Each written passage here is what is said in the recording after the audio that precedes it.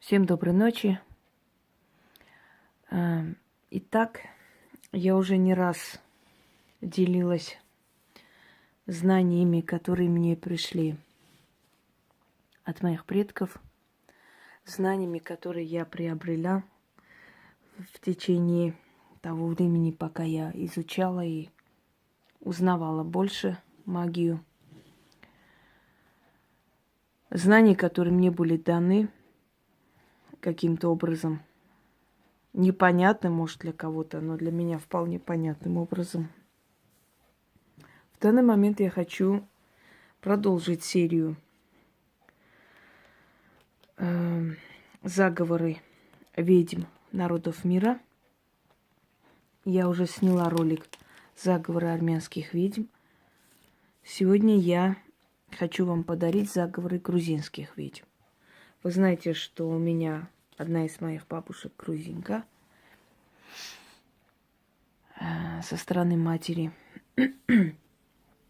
Кроме всего прочего, я родилась в Грузии и очень много знаю о грузинской магии. Она своеобразна. Это заговоры, которые читаются над дым, это заговоры, которые читаются над свежеиспеченным хлебом и оставляется как корм души.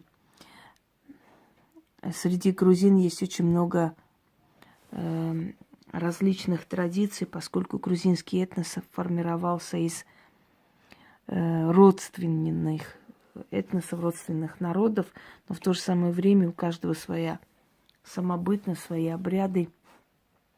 Например, мегрелы, сваны, тушельцы, пшавы. Это народности гор, то есть горский этнос, различного рода племенные отношения. Поэтому очень разнообразна грузинская магия. Я сегодня несколько из этих заговоров подарю практикам. Но потом продолжу, естественно, эту тему, потому что она очень обширная, своеобразная. И за один раз как бы это все не расскажешь. Итак, начнем. От сглаза. Нужно посадить человека, накинуть на голову черную ткань, поставить на стол воду, стакан воды и щепотка соли. Слегка нужно посолить воду и сказать 7 раз. После этого нужно отдать человеку выпить эту воду. То есть посолить нужно так, чтобы человек мог выпить. Щепотка соли очень мало. После этого действия может начаться очищение организма. Может быть рвота, может быть понос, может быть слабость. Но это хорошо, потому что сглаз – это один из энергетических ударов магии, и сглаз он не менее, скажем так, страшный, чем даже специально наведенная порча, потому что сглаз может очень много испортить, испоганить жизни людей. Из-за сглаза человек может многое потерять, может заболеть, может потерять работу, благополучие. Это серьезная вещь. И ведьма должна уметь снимать с глаз, собственно говоря. Как с себя, так и с людей. В данный момент я как бы говорю, как должна действовать ведьма в этой ситуации, помогая человеку. Итак, черная ткань, вода и щепотка соли. Черная земля, черная гора, черная сила мне в подмогу. Я обращаюсь к черному Богу. Черным черна твоя сила. Я много раз тебя просила, и много раз я получала твою помощь и подмогу. Прошу, молюсь черному Богу. Соль в воде растворяю, с глаз завистливый снимаю, водой, солью заклинаю, с глаз водою очищаю, убираю, соль через воду с глаз очищает, с тела, с крови, с костей, с жил, с сердца, с печени, с рук и ног, с головы убираю, убираю, убираю. Аминь.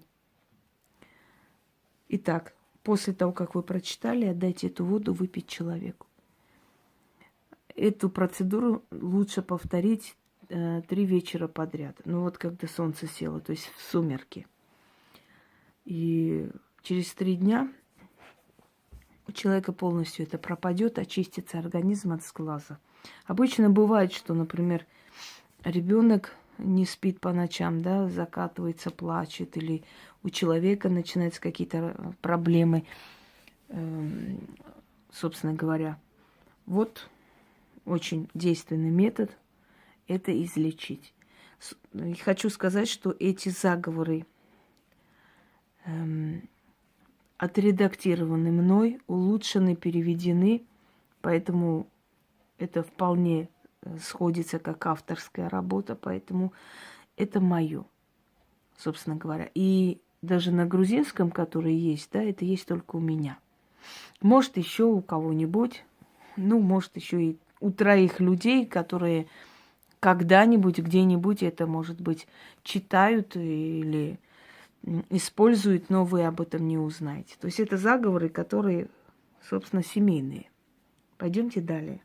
Призвать удачу. В грузинской магии Светлый Георгий или Святой Георгий, впрочем, как и у других кавказских народностей христианских, да, он считается, вообще это персонаж языческий, просто интерпретирован, он переходит из язычества плавно в христианство и называется христианским святым, хотя в более древнем языческом проявлении его называют лунный Георгий или светлый Георгий, бог луны. Если ведьма хочет призывать удачу к человеку, то человек должен прийти с белым платком. Белый цвет, цвет чистоты, света, мечты и удачи у грузин. Приходит с белым платком, держит платок в правой руке. Ведьма должна поворачивать человека в разные стороны, читая в 4 стороны света, читая заговор.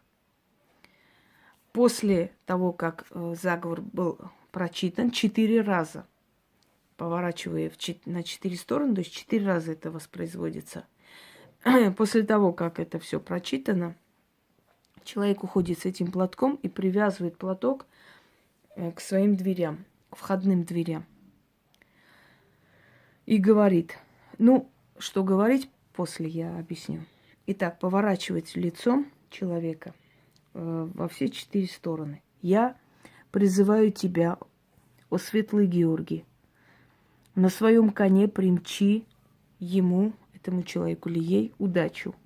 С юга повернуть, с севера, с запада, с востока. Да будет благословенна твоя дорога. Поклон тебе, почитание, благослови начинание. Конь серебристый мчит удачу сюда. Белый платок, Георгий лунный, благослови. Через платок удачу к нему, к этому человеку, призови. Светлый Георгий тебе, имя этого человека, в подмогу. Да будет так, заклинаю. Итак, 4 раза поворачивая в разные стороны света, читать заговор. После с этим платком человек уходит, привязывает платок к порогу, то есть к входной двери, и говорит, куда платок привязала, удачу туда и призвала. Да будет так. И оставлять. Долгое время платок будет привлекать удачу, но никому не говорить, почему этот белый платок там висит. А просто игнорируйте этот вопрос. Ну, просто висит, так надо, мне сказали. Не объясняя, почему. Говорить нельзя, иначе он теряет свою силу. От страха. Если ребенок боится спать, то нужно купить нож, не торгуясь, либо железной, либо деревянной рукояткой. Нож нужно положить на алтарь, Над ножом нужно крутить огонь свечи вот таким образом. И читать. Читать нужно 13 раз. После нож нужно завернуть в черную материю, отдать человеку обратно. Человек, приходя к ведьме для того, чтобы заговорить страх, свой или ребенка, или кого-то из члена семьи, должен обязательно приносить сладости и хлеб. То есть так положено. Ну, помимо платы, как назначает. Если этот человек находится вдалеке, то этот нож нужно отправить, чтобы ведьма прочитала и отправила. Той же посылкой вполне годится. Но это должна быть именно ее сила. В крайнем случае можно над фотографией человека положить нож, начитать и положить под фотографию. Тоже помогает. Но здесь отнимается огромная сила. Понимаете? Ну вот, например, многим помогая как бы издалека, я трачу больше силы, чем если бы они пришли ко мне. Потому что для этого намного больше уходит энергии, силы для того, чтобы ты могла человеку, который находится за много тысяч километров, помочь. Итак, над ножом крутят свечой, то есть огнем. После нож заворачивает в черную материю и отдает человеку. Нужно этот нож положить 3 ночи под подушку, то есть не вынимать. Вот 3 ночи под подушку ребенок должен спать или сам человек.